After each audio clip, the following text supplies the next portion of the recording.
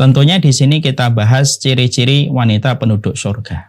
Di sini kemudian merupakan salah satu di antara fasilitas yang Allah berikan kepada surga itu adalah ada para bidadari yang Allah ciptakan di dalam surga. Tentunya pembahasan masalah bidadari di dalam surga, kenapa tidak ada bidadara, sudah pernah kita sampaikan dulu. Kalau tidak salah dalam pertemuan offline dulu di kantor. Kalau memang lupa saya ingatkan kembali. Kenapa tidak ada bidadara tetapi justru ada bidadari? Apakah surga itu identik dengan kaum laki-laki dan tidak identik dengan perempuan? Tentunya tidak. Allah dan Rasul tidak pernah membedakan laki-laki dan perempuan. Kalau Allah dituduh membedakan antara laki-laki dan perempuan, pertanyaan kita, lalu siapa yang mencintai perempuan kalau penciptanya saja kita tuduh tidak mencintai perempuan? Allah itu mencintai perempuan sebagaimana Allah mencintai setiap laki-laki dari hambanya, dan mereka mendapatkan balasan yang sama dari setiap ketaatan yang mereka lakukan, dan tidak pernah dijadikan perempuan berada pada lapisan yang kedua,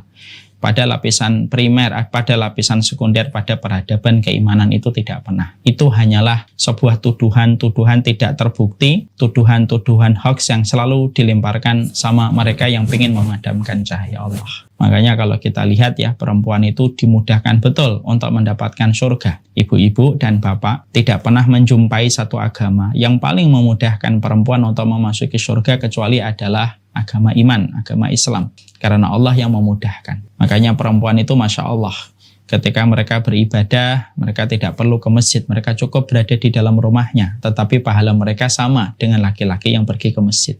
Perempuan tidak dibebankan mereka bertanggung jawab terhadap kondisi ekonomi keluarganya, tetapi laki-laki yang bertanggung jawab terhadap ekonomi keluarganya. Dan semenjak perempuan itu menikah, maka semenjak dia dinikahi seorang laki-laki, maka seluruh perbuatan yang dia lakukan akan ditanyakan pertama kali kepada suaminya sebagai kepala rumah tangga, sebagai ra'in, sebagai seorang pemimpin, sebelum pertanyaan itu ditujukan kepada perempuan.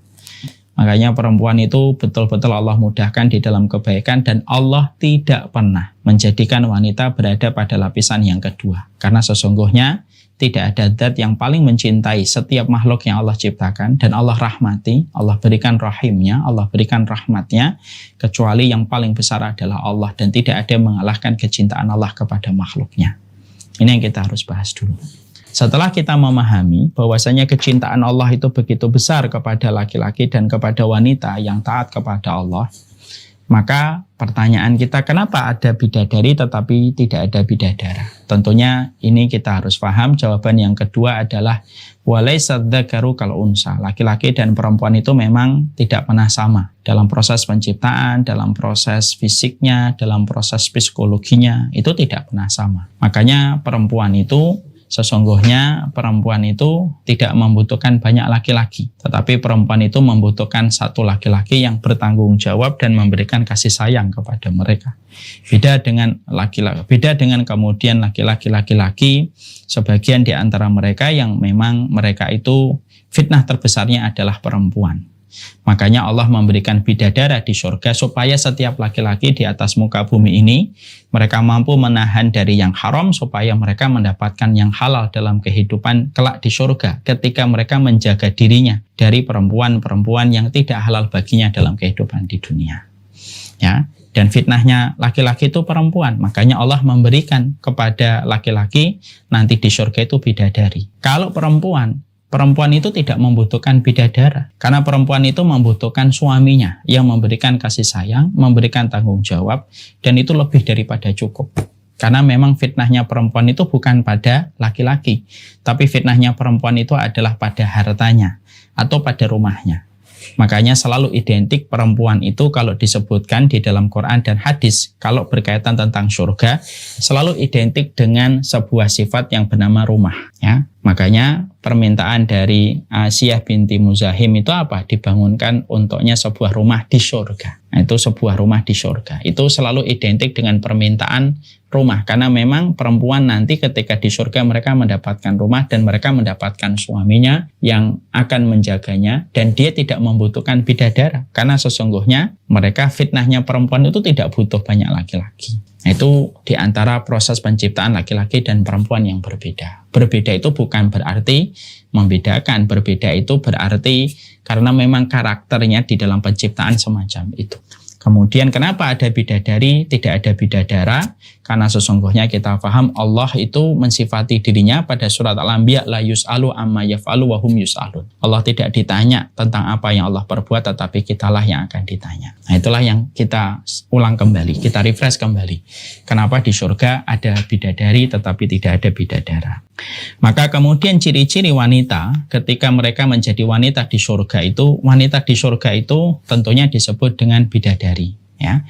Hurul ain, mereka disebut dengan bidadari, bidadari bermata jeli, ya. Sebelum saya menyampaikan tentang bidadari ini dan bagaimana surat Al-Waqiah itu menjelaskan tentang para bidadari di surga, penting harus kita paham, dan ini termasuk perkara pokok yang banyak orang belum mengetahui. Wanita di surga yang wanita di dunia yang mendapatkan surga itu jauh lebih cantik dan lebih mempesona daripada bidadari. Ini akidah di dalam Ahlussunnah wal Jamaah. Kenapa wanita di bumi yang memasuki surga mereka menjadi wanita yang sangat mempesona dan sangat istimewa dibandingkan para bidadari? Padahal para bidadari dijelaskan, kalaulah mereka memandang, ya, kalaulah kemudian mereka memandang, maka sesungguhnya pandangannya itu bisa menyinari seluruh permukaan bumi. Tapi ternyata ketika nanti para penduduk bumi dari kalangan wanita yang mereka mampu mendapatkan surga dengan rahmatnya Allah, maka kecantikan para wanita di dunia itu mengalahkan para bidadari. Kok bisa, Ustaz? Iya, jadi tidak perlu khawatir bahwasanya nanti kalau suami saya sama bidadari, saya terus gimana? Tidak perlu khawatir, karena sesungguhnya para wanita di dunia yang memasuki surga itu mereka menjadi pemimpin para bidadari di surga. Pemimpinnya itu wanita bumi yang memasuki surga. Kenapa, Ustaz? Maka para ulama menjelaskan, karena bidadari semenjak pertama kali diciptakan, mereka tidak pernah melewati ujian sebagaimana para wanita bumi melewati ujian. Mereka tidak pernah melewati fase melahirkan, mereka tidak pernah melewati fase menyusui, mereka tidak pernah melewati fase mengalahkan nafsunya, mereka tidak pernah melewati fase bagaimana dia menyapi hawa nafsunya supaya mengikuti suaminya, bagaimana dia harus bangun di tengah malam, harus kemudian kerongkongannya kering ketika melaksanakan puasa, tidak pernah bagaimana perutnya kosong ketika dia menjalankan puasa sunnah. Tidak pernah dilewati oleh mereka, para bidadari itu. Yang melewati itu adalah para wanita-wanita bumi yang taat kepada Allah. Maka setiap ujian yang dilewati oleh para wanita-wanita bumi sampai dia layak mendapatkan rahmat untuk dimasukkan ke dalam surganya Allah, inilah yang menjadikan para wanita bumi mereka dimuliakan oleh Allah dan mereka menjadi pemimpin para bidadari yang ada di surga. Jadi kecantikan para bidadari tidak akan pernah mampu mengalahkan wanita-wanita bumi yang mereka telah menjadi penduduk surga, ya. Dan itu yang kita harus paham. Kebersamaan seorang laki-laki, karena setiap laki-laki nanti ketika di surga mendapatkan 2 istri dari kalangan bidadari. Tapi kebersamaan laki-laki penduduk surga bersama dengan para bidadari tidak akan pernah mengalahkan romantismenya seorang laki-laki bersama dengan istrinya kalau mereka berkumpul di surga. Karena nanti suami istri kaitannya dengan hubungan hari akhirat itu terbagi berbeda-beda. Ada suami istri yang sama-sama masuk neraka, kayak Abu Jahal, kayak Abu Lahab dengan Ummu Lahab atau Ummu Jamil. Ada kemudian laki-laki yang masuk surga, perempuannya tidak masuk surga. Nabi Nuh, Nabi Lut, suaminya masuk surga, istrinya tidak masuk surga. Ada yang kemudian istrinya masuk surga, suaminya tidak masuk surga, kayak Asya binti Muzahim dengan suaminya Fir'aun di neraka, Asya binti Muzahim di surga. Ada yang dua-duanya masuk surga seperti Rasulullah dengan Ibunda Khadijah, itu kemudian dua-duanya masuk surga. Ibrahim itu kemudian dua-duanya masuk surga. Maka ketika suami lalu kemudian mereka mendapatkan istrinya juga berada di surga, maka sesungguhnya ketika ada suami istri mereka itu kemudian di surga, romantisme antara suami istri yang di surga, yang bertemu kembali di surga jauh lebih besar daripada romantisme ketika seorang penduduk surga bersama dengan para bidadari. Kok gitu, Ustaz? Iya, karena laki-laki penduduk surga ketika mereka mendapatkan balasan dengan 2 wanita bidadari di surga, tidak ada sebuah kisah yang bisa mereka share dan tidak ada sebuah cerita yang bisa mereka bagi di antara mereka dengan para bidadari itu, karena bidadari tidak memiliki kisah-kisah romantisme dengan laki-laki yang menjadi pemiliknya di antara penduduk surga. Beda laki-laki dan perempuan yang suami istri ketika mereka berhasil melewati ujian kehidupan, mereka ketika memasuki surga, keindahan mereka ketika di surga itu tidak bisa dikalahkan dengan keindahan laki-laki itu bersama bidadari. Kenapa? Mereka akan teringat perjuangan-perjuangan yang mereka lewati ketika dulu di dunia. Sampai akhirnya mereka dua-duanya mendapatkan rahmat dan menjadi pasangan yang dipertemukan kembali oleh Allah di surga. Ya. Jadi kalau memahami bidadari itu harus kita pahami dengan ilmu supaya tidak timbul prasangka dan tidak timbul komentar yang tidak semestinya. Ya, memang di dalam surga itu ada bidadari, tapi kedudukan bidadari itu kalah dengan wanita bumi yang memasuki surga. Memang betul laki-laki akan mendapatkan 2 bidadari, tapi romantisme laki-laki bersama para bidadari itu tidak ada romantismenya, karena romantisme dia bersama dengan istrinya kalau dua-duanya memasuki surga. Makanya dijadikan oleh Allah kalau bagi suami istri pada waktu di surga, dan ini membuat kita harus mengimaninya, setiap satu pekannya, para laki-laki mereka akan pergi ke pasar, tapi pasar yang tidak berjualan jual beli. Mereka akan kemudian setiap hari Jumat mereka pergi ke pasar dan mereka mendapatkan angin dari utara. Setiap angin itu berembus mengenai wajah mereka, bertambah gagahlah dan bertambah tampanlah setiap laki-laki penduduk surga. Dan perempuan yang ditinggalkan, istri mereka yang ditinggalkan di rumah, maka mereka akan ditambah kecantikannya oleh Allah. Dan itulah yang menjadikan hubungan suami istri di surga itu betul-betul maksimal, yang tidak bisa disamakan dengan hubungan cinta yang pernah terjadi ketika di dunia. Bapak dan Ibu, saya ajak untuk merenung tentang bagaimana kualitas cinta suami istri di dunia dan di akhirat. Bapak dan Ibu tahu, Allah memiliki mi'atur rahmah. Allah itu memiliki 100 rahmat. Satu rahmat Allah bagikan kepada seluruh makhluknya di dunia. Itu pakai satu rahmatnya Allah. Disitulah kita menjumpai ada seorang suami cinta sama istrinya, ada istri cinta banget sama suaminya, ibu sayang sama anaknya, binatang buas tidak menerkam anaknya. Itu pakai satu rahmat yang Allah bagikan kepada seluruh makhluknya. Dari semenjak Nabi Adam sampai nanti manusia yang terakhir yang melihat surga, yang melihat matahari terbit dari arah barat. Itu pakai satu rahmat. Kalau ada di antara ibu-ibu dan bapak karyawan BDI yang hari ini sedang merasakan cinta yang sangat begitu mendalam terhadap pasangannya, suami atau istrinya, itu hanya pakai satu rahmatnya Allah. Padahal dengan satu rahmat itu berapa banyak orang yang sering ngomong, ya Allah jangan tinggalkan saya ya Mas. Berapa banyak dengan satu rahmat itu ada seorang istri yang berkata, temani saya sampai tua. Ada banyak seorang laki-laki yang berkata kepada istrinya, jadilah orang yang di sampingku sampai kita nanti melewati masa senja. Itu pakai satu rahmat. 99 rahmat Allah tidak berikan di dunia, Allah berikan nanti kelak di surga. Antum, Bapak dan Ibu bisa membayangkan dari hadis sahih ini, kalau satu rahmat kita sudah merasakan betapa dalamnya cinta kita kepada anak, cinta kita kepada ibu, cinta kita kepada bapak, itu baru memakai satu rahmat. 99 rahmatnya itu nanti kelak di surga. Maka kita bisa membayangkan, meraba sebesar apa cinta, sebesar apa kekuatan cinta antara seorang suami istri kalau mereka sudah di surga ketika mereka dipertemukan kembali. Makanya inilah yang menjadikan kita harus paham ya, visi kehidupan kita bersama keluarga kita yaitu adalah bagaimana kita itu bukan sehidup semati tetapi sehidup sesurga. Makanya penting bagi kita yang kita harus pahami itu apa? Jadilah seorang istri yang tidak pernah lelah dan tidak pernah letih untuk meminta keridhaan dari suaminya, karena di balik punggung seorang suami di situ ada pintu surga yang kelak akan memanggilmu dan memasukkan dirimu ke dalam surganya Allah. Dan jadilah laki-laki yang bijak, jadilah seorang suami yang bijak, yang mana jangan gampang-gampang murka kepada istrinya dan jangan terlalu sulit untuk diraih ridhonya. Apakah kita rela kalau ibu dari anak-anak kita mereka akan mendapatkan neraka hanya karena kita mudah kecewa?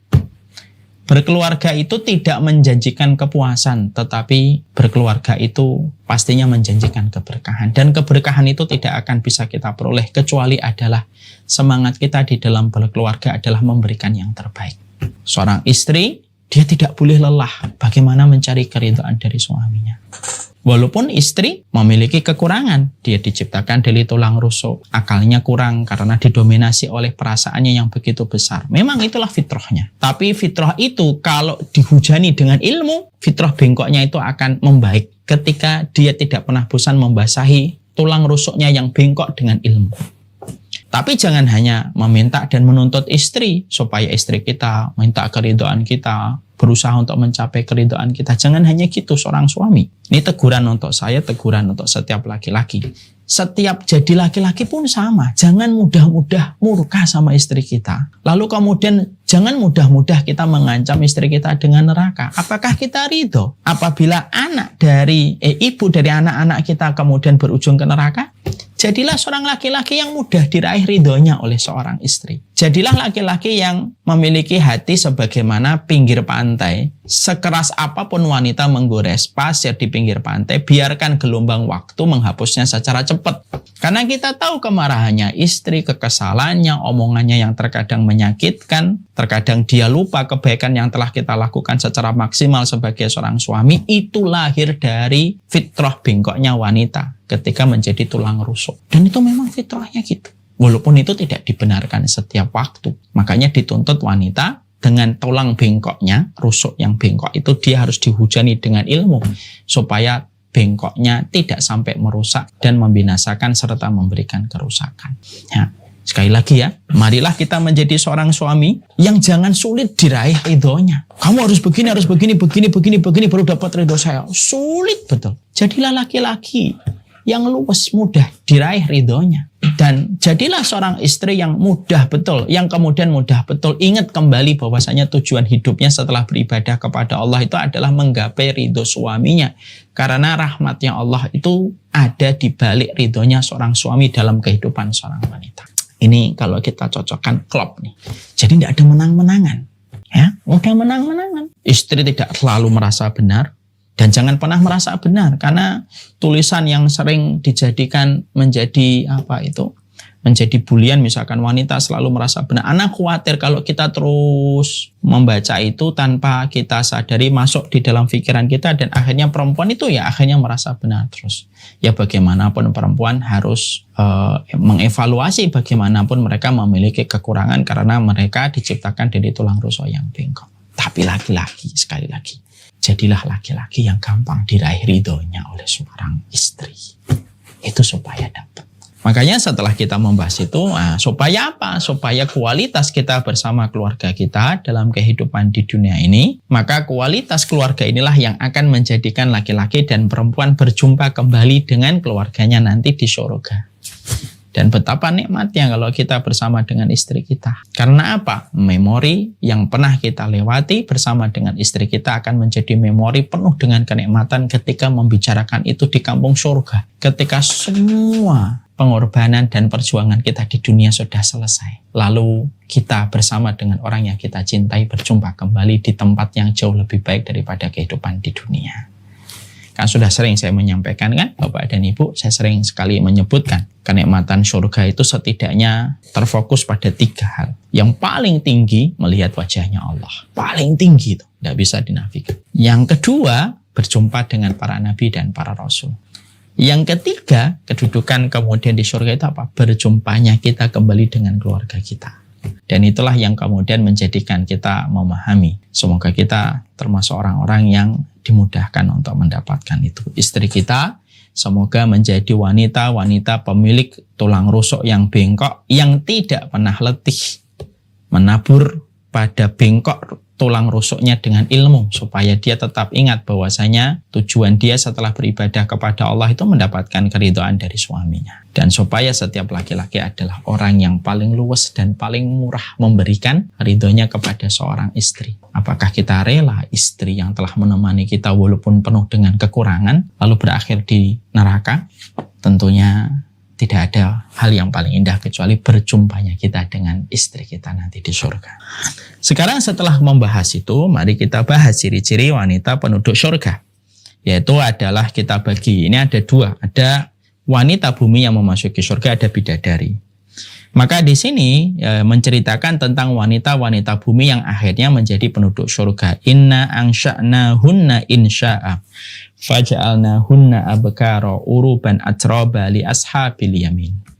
Sesungguhnya kami menciptakan mereka para bidadari dengan langsung. Kami jadikan mereka gadis perawan penuh cinta lagi sebaya umurnya, dan kami berikan mereka kepada golongan kanan dari para penduduk surga.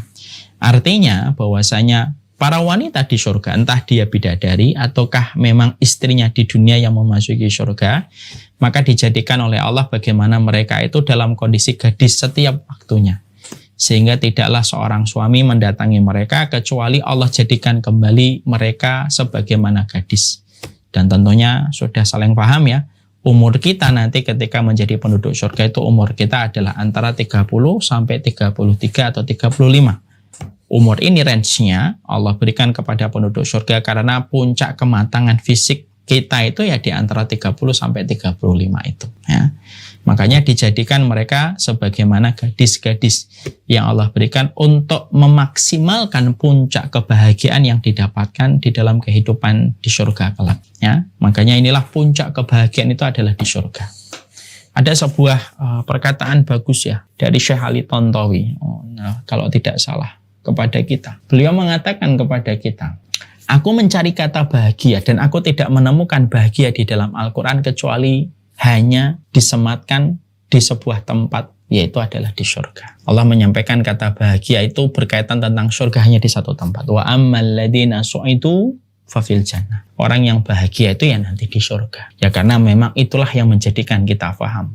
Semuanya di surga itu tidak ada celah untuk tidak bahagia. Semuanya di-range oleh Allah, diatur oleh Allah, diformat oleh Allah, semuanya merasa bahagia. Sehingga tidak ada satu tempat di surga itu kecuali memberikan kebahagiaan secara maksimal.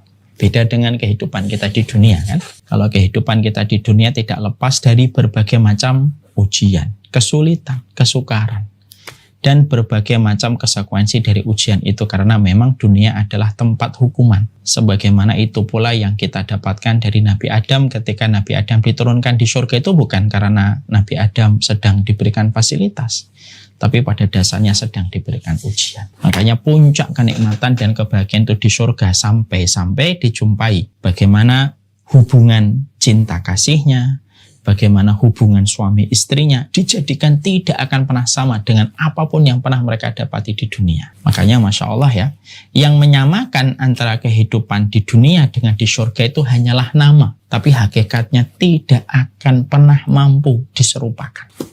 Di surga ada istri? Ada. Tapi apakah kenikmatan bersama istri sama dengan kenikmatan di surga? Tidak. Namanya aja sama. Tapi kenikmatan yang didapatkan dan kebahagiaannya itu tidak akan pernah mampu terfikirkan. Mala ainun ra'at wala udhunun sami'at wala khatara bi balil bashar. Sampai Rasulullah itu kan mengatakan belum ada pernah mata yang memandang, belum pernah ada telinga yang mendengarkan secara detail dan bagaimana sejatinya di surga itu, dan belum pernah ada pikiran yang betul-betul bisa menggambarkan indahnya surga itu dan kenikmatannya itu kayak apa.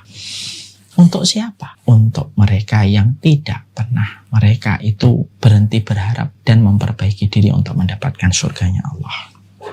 Ya, maka kemudian di sini disebutkan uruban utroba. Urub itu kalau kita lihat di sini dalam surat Al-Waqiah 37, uruban itu artinya sebagian ahli tafsir mengatakan wanita yang cantik.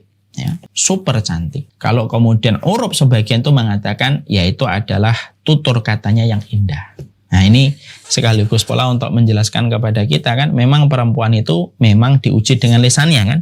Makanya kemudian urub artinya adalah wanita di surga itu sudah dipastikan mendapatkan garansi jaminan. Tutur katanya itu indah, menyenangkan bagi suaminya dan tidak ada pernah satu kata pun kecuali menyenangkan terus bagi suaminya. Kebahagiaan suami itu secara fisik dan secara hati. Masya Allah itu. Makanya dijadikan perkataannya wanita-wanita nanti di surga itu penuh dengan perkataan yang indah. Karena memang wanita itu ujiannya pada lisan. Makanya kan kalau kita ngelihat gaya kita kalau sedih itu menggambarkan tempat dosanya kita masing-masing. Kalau laki-laki nangis atau sedih itu selalu yang ditutup tuh mata. Seakan-akan menggambarkan bahwasanya dia banyak dosa dengan matanya. Perempuan tuh kalau lagi sedih nangis tuh yang ditutup mulutnya. Untuk menggambarkan seakan-akan memang tempat dosanya perempuan itu ya di lisan itu. Ya. Makanya sampai Rasulullah itu mengatakan aktsara ma yudkhilun nas an-nara ala juwafan. 2 perkara yang paling banyak memasukkan manusia ke neraka itu ya lubang mulutnya dan lubang kemaluannya. Kalau kemaluannya itulah fitnahnya laki-laki. Kalau lubang mulutnya itulah fitnahnya perempuan. Nah memang perempuan itu ujiannya itu pada lisannya. Sulit untuk mengendalikan lisannya, terutama ketika sedang kecewa. Makanya sampai-sampai kita jumpai dalam hadis Rasulullah kita belajar ya. Yang paling banyak memasukkan perempuan ke neraka itu bukan karena dia tidak pakai jilbab. Bukan karena dia berzina. Bukan karena dia tidak sholat, bukan itu. Tapi Rasulullah SAW menyampaikan, dan hadis ini mungkin sudah sering terdengar oleh kita. Rasulullah mengatakan, Ra'aitun nara wa ra'aitu aksaru ahliha an-nisa. Aku melihat neraka, dan aku melihat sebagian besar dari penduduk neraka itu adalah perempuan. Sampai para sahabat kaget. Yakfurna billah ya Rasulullah. Apakah mereka kufur sama Allah sampai mereka dominan di dalam neraka? Tidak, mereka nggak kufur sama Allah. Yakfurna bil asyir. Tetapi mereka itu kufur kepada suaminya. Bentuk kufur suaminya itu gimana? Bentuk kufur dari suaminya itu adalah ketika suaminya telah berbuat baik sepanjang hidupnya, lalu tiba-tiba ada seorang suami yang melakukan kesalahan, begitu cepatnya emosi yang mengendalikan perasaan seorang wanita sampai wanita itu lalu berkata, Mali ra'aitu minka khairan qatun. Kenapa ya? Kalau aku ngelihat kamu tuh gak ada kebaikannya sama sekali. Jadi ibaratnya panas setahun hilang dengan 1 kali hujan. Itulah perempuan. Diuji dengan lisannya. Makanya uroban, maka dijadikan nanti para penduduk surga itu apa? Mereka itu wanitanya itu terjaga lisannya. Karena mereka sudah melewati ujian ketika di dunia itu. Makanya para wanita itu kalau ditanya apa sih yang bisa memasukkan kita ke surga? Jaga lisan, terutama kepada suami. Saya akan ambilkan sebuah permisalan yang gampang. Ambilkan 2 botol itu, Mas. Ini sebuah permisalan aja, Bapak dan Ibu. Ini kalau misalkan botol ada sodanya, dua-duanya ada soda. Saya kocok nih, dua-duanya saya kocok. Kocokannya keras, guncangannya banyak. Ya, yang kanan saya buka. Apa yang terjadi? Maka air di dalam botol soda ini akan keluar deh. Lalu volume airnya berkurang. Misalkan dari 1 liter jadi tinggal 200 mili. Ya, kalau saya buka. Ini yang kedua, saya kocok sama dengan yang pertama. Bedanya, saya tidak buka.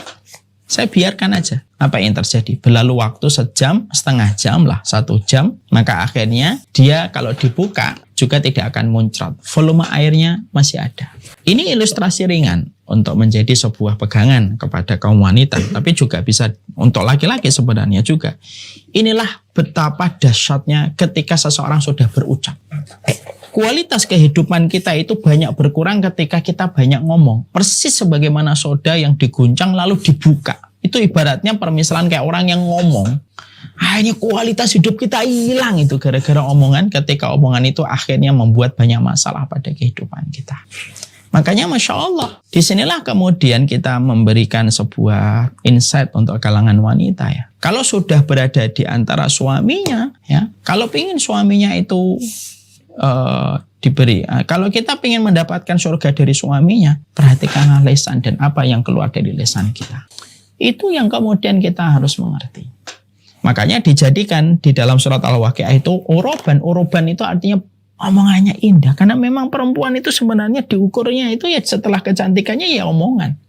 Secantik apapun omongannya judes, jadi nggak menyenangkan. Ya? Nah, di dunia ini terkadang yang kita jumpai ada orang yang cantik, mempesona, tetapi pembicaraannya tidak sebagaimana fisiknya. Ada omongannya bagus, tapi fisiknya biasa.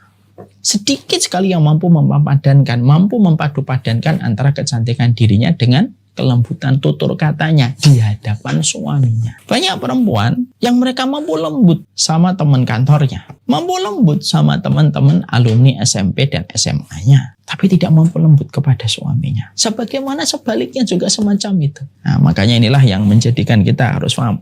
Penduduk surga itu dijadikan bagaimana para wanita-wanita mereka itu dijadikan oleh Allah omongannya itu luar biasa. Menyejukkan, menenangkan sebagaimana fisik mereka yang luar biasa. Insya Allah ya. Inilah yang kemudian menceritakan tentang bagaimana para wanita di surga. Nah, sekarang kita buka halaman 32. Nyanyian para bidadari di surga dan bagaimana musik mereka. Ya. Nanti kita akan bahas insya Allah dalam pertemuan kita berikutnya.